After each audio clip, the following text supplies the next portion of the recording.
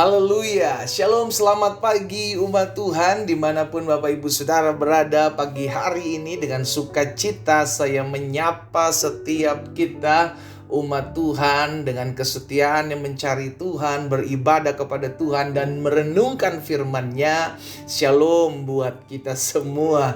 Dan pagi hari ini saudara dikasih dalam Tuhan, sebelum kita merenungkan firman Tuhan, saya mengajak setiap kita untuk jadi berkat buat orang lain juga dengan cara membagikan kembali renungan singkat ini, sehingga setiap umat Tuhan yang olehnya Tuhan percayakan berteman di akun-akun media sosial kita juga boleh menerima impartasi kuasa firman melalui tangan-tangan saudara dan saya, sehingga akhirnya kita bisa dipercayakan Tuhan untuk menjadi perpanjangan tangan Tuhan, menguatkan jiwa-jiwa untuk tetap setia mengikut Tuhan sambil kita berjaga-jaga dalam kehidupan kita melalui firman Tuhan yang ada. Mari saudara dikasih dalam Tuhan dimanapun kita berada hari ini, saya kembali mengajak setiap kita untuk merenungkan firman Tuhan. Kita berdoa, kita datang kepada Tuhan.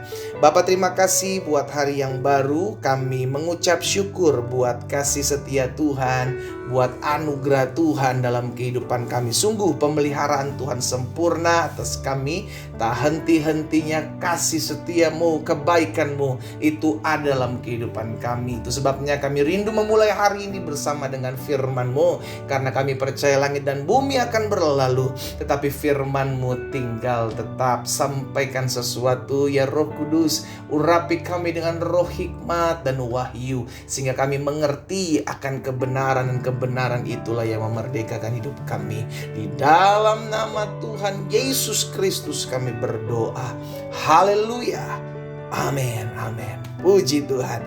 Nah saudara dikasih dalam Tuhan dimanapun kita berada, ada satu kebenaran firman Tuhan yang saya mau sampaikan tentang kuasa dalam puji-pujian. Itu sebabnya saya mengajak setiap umat Tuhan dalam keadaan apapun, dalam peristiwa apapun, jangan pernah berhenti memuji-muji Tuhan. Jangan pernah berhenti menyembah Yesus dalam hidup kita sehari-hari, di rumahkah, di tempat kita bekerjakah, di tempat kita dagang usaha. Terus kita memuji-muji Tuhan, karena Alkitab dengan jelas mencatat di mana ada puji-pujian dinaikkan kepada Tuhan Yesus, maka Allah bersemayam, Allah bertahta di atas puji-pujian. Hati Tuhan disenangkan tatkala ada puji-pujian kepadanya. Itu sebabnya saya membagikan satu kebenaran firman Tuhan dalam 2 Tawarik pasalnya yang ke-20 tentang peperangan Yosafat. Ya, peperangan, saya sebut peperangan yang tidak seimbang saudaraku,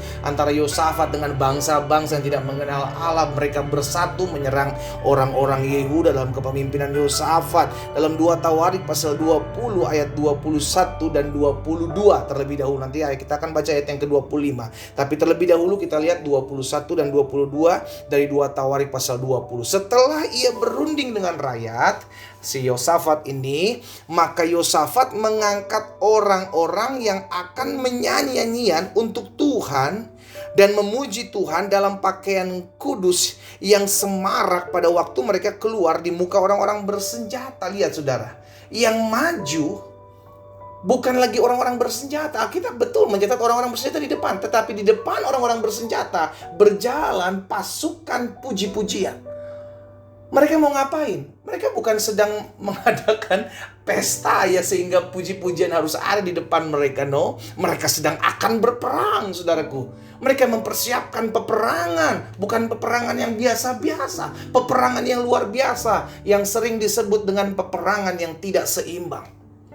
Yang maju di depan terlebih dahulu, Alkitab mencatat mereka yang akan menyanyi-nyanyian untuk Tuhan dan memuji-muji Tuhan dalam pakaian kudus yang semarak pada waktu mereka keluar di muka orang-orang bersenjata. Sambil berkata apa? Nyanyikanlah nyanyian syukur bagi Tuhan, bahwasanya untuk selama-lamanya kasih setianya. Ayat 22. Ketika mereka mulai bersorak-sorai, haleluya, apa yang terjadi? Ketika mereka mulai bersorak-sorai dan menyanyikan nyanyian pujian, dibuat Tuhanlah. Yang buat siapa? Tuhan. Yang berkarya siapa? Tuhan. Yang berperang siapa? Tuhan. Menggantikan orang-orang ini, saudaraku. Maka dibuatlah Tuhan penghadangan terhadap Bani Amon dan Bani Moab dan orang-orang dari pegunungan Seir yang hendak menyerang Yehuda, sehingga mereka terpukul kalah. Wow! Bangsa yang besar, Bani Amon, Bani Moab, campur bergabung bersama-sama orang-orang dari pegunungan Seir menyerang orang-orang Yehuda. Orang-orang Yehuda mempersiapkan strategi. Yang maju adalah tim pemuji. Wow, ya kan? Yang maju adalah tim puji-pujian, tim penyembahan, berdiri di garda terdepan dihiasi dengan pakaian kekudusan.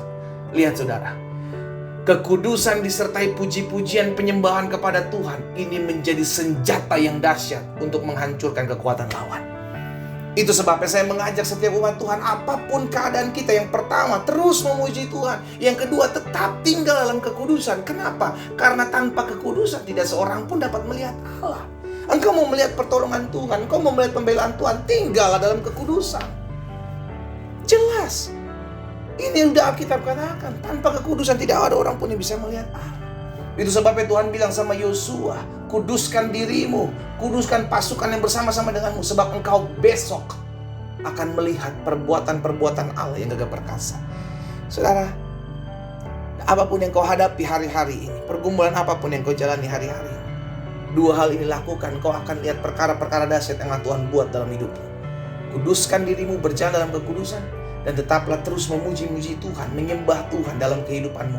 Jangan fokus kepada masalahnya, jangan fokus kepada penderitaannya. Fokuslah memandang kasih setia dan kebaikan Tuhan, sehingga akhirnya lahir puji-pujian, penyembahan melalui mulut saudara dan saya.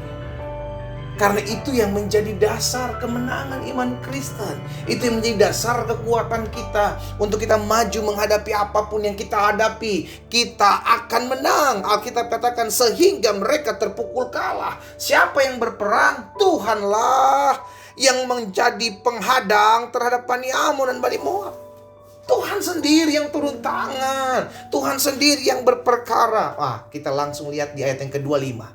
Apa yang didapat oleh orang-orang Yehuda, ayat 25. Lalu Yosafat dan orang-orangnya turun untuk menjarah barang-barang mereka. Mereka tidak berperang, saudaraku. Mereka hanya turun untuk melihat apa yang ditinggalkan oleh orang-orang Amon, orang-orang Moab, dan orang-orang yang ada di pegunungan Seir. Mereka turun untuk menjarah barang-barang mereka. Orangnya udah gak ada.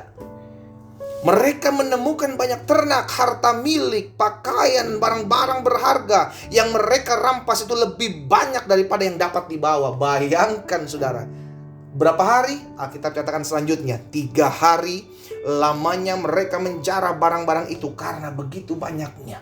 Saudara dikasih dalam Tuhan, dari peristiwa ini kita lihat sungguh kekuatan yang dahsyat, kekuatan yang luar biasa itu terjadi ketika dua hal ini ada dalam kehidupanmu. Kita berjalan yang pertama dalam kekudusan, dan yang kedua tetaplah memuji menyembah Tuhan dalam keadaan apapun. Sebab itulah yang Tuhan cari, penyembah-penyembah yang menyembah Dia dalam roh dan kebenaran. Katakan amin.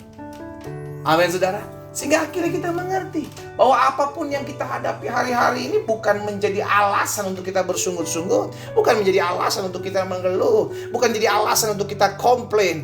Kita akan mengeluh, bersungut-sungut, dan komplain ketika kita hanya fokus terhadap masalah kita. Kapan nih Tuhan masalah saya diselesaikan? Kapan pergumulan saya diselesaikan? Kapan masalah ini bisa habis? Sudah dikasih dalam Tuhan. Kalau kita hanya terus pandang itu, maka kita semakin lemah. Tapi belajarlah untuk menyanyikan nyanyian syukur kepada Tuhan. Katakan, Tuhan, selama-lamanya dan sampai selama-lamanya kasih setiamu tidak pernah berkesudahan. Saudara dikasih dalam Tuhan, hari ini kita diingatkan peristiwa yang dahsyat yang akan Tuhan buat dalam kehidupan kita. Sesuatu yang tidak mungkin bisa dikerjakan oleh manusia, itu akan dikerjakan oleh Tuhan ketika yang pertama kita hidup dan tinggal di dalam kekudusannya Tuhan. Karena Alkitab jelas katakan kekudusan adalah benteng. Benteng itu yang memagari hidup kita, Selama kita berjalan dan tinggal dalam kekudusan, maka kita sungguh akan melihat pembelaan pertolongan Tuhan. Dan yang kedua yang harus kita lakukan, teruslah memuji Tuhan. Apapun keadaan kita, hiduplah untuk memuji-muji dan menyembah Tuhan. Kita berdoa, kita datang kepada Tuhan. Bapa, terima kasih. Hari ini kami diingatkan kebenaran firman-Mu untuk kami tetap terus tinggal dalam kekudusan dan tetap terus memuji-muji Tuhan. Karena kami percaya ada hal-hal yang akan Allah buat dalam hidup kami. Ada hal-hal yang akan Allah kerjakan dalam hidup kami. Tolong kami anak-anak-Mu dimanapun kami berada. Kami yang merenungkan firman-Mu untuk tetap tinggal dalam kekudusan Tuhan. Menjaga pikiran kami, menjaga hati kami agar selalu berkenan dan selaras dengan hati Tuhan. Pada akhirnya biarlah hati dan hidup kami, bahkan mulut kami, terus memuji-muji Tuhan dalam setiap keadaan. Karena puji-pujian kami yang dihiasi dengan kekudusan akan membawa sesuatu yang dahsyat terjadi dalam kehidupan kami. Hamba berdoa buat yang sakit, Allah jamah, Allah sembuhkan dalam nama Yesus. Bilur-Mu menyembuhkan mereka. Bahkan mereka yang lemah, berbeban berat, diberikan kelegaan, diberikan pertolongan yang berasal daripada Tuhan. Di dalam nama Tuhan Yesus kami berdoa. Haleluya. Amin. Kita nikmati kopi kita, saudara. Haleluya. Haleluya, Tuhan Yesus baik. Tetaplah tinggal dalam kekudusan. Bersamaan dengan itu, teruslah memuji-muji Tuhan. Maka sesuatu yang dahsyat akan terjadi dalam kehidupanmu. Tuhan Yesus memberkati kita.